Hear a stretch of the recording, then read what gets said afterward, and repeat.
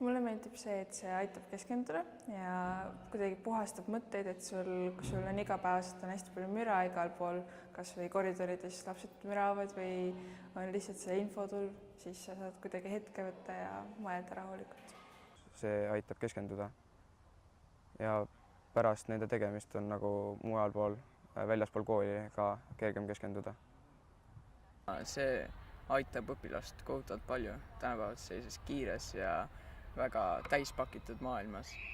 See minutiline rahu, see aitab enne töösid, enne tõsist õppimist, enne kõike iseenesest. Mulle meeldib see, et enne mingit stressirohket olukorda saab ennast välja lülitada ja korraks endale keskenduda. Ja meie elud on hästi kiired ja raske on leida seda hetke, kus sa saad nagu lõõgastuda, aga see vaikuse minut võtab nii vähe aega ainult ja see on nii tõhus, et minu arust on see kohe väga hea, et seda võiks rohkem teha. Et pärast on hästi rahulik olla ja tunnen ennast hästi nagu puhanuna ja et nagu üldse pärast on nagu väga hea olla ja nagu väga hea ennastuna.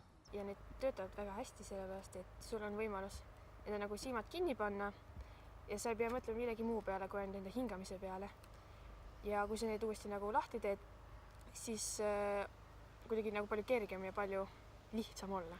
Et ei ole enam nii närvis või mis stressis.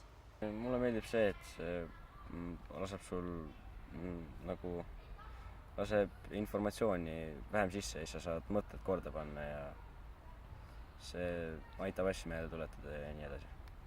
Peaks rohkem tegema vaikuse minuteid, sest õpilaste tulemused paraneksid ja õpilased pabistaksid vähem enne töid ja oleks vähem neid stressirohkeid olukordi. Just see rahu ja mida nad toovad ja täna nendel on ka palju parem keskenduda, asju meelde tuletada ja probleemile ja olukorrale läheneda targemini ja paremini ja rahulikult.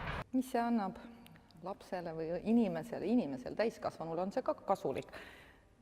See annabki võimaluse välja tulla situatsioonist, mis ärritab või mingil määral pingetest välja tulla. Ma usun, et kui õpilased kasutavad neid vaikuseminuteid tundides, siis nad saavad neid hiljem ka oma isiklikus elus kasutada. Et näiteks enne eksameid võib seda kasutada vabalt, et saab rahulikult ennast kuidagi maha laadida neid muresid ja pingeid.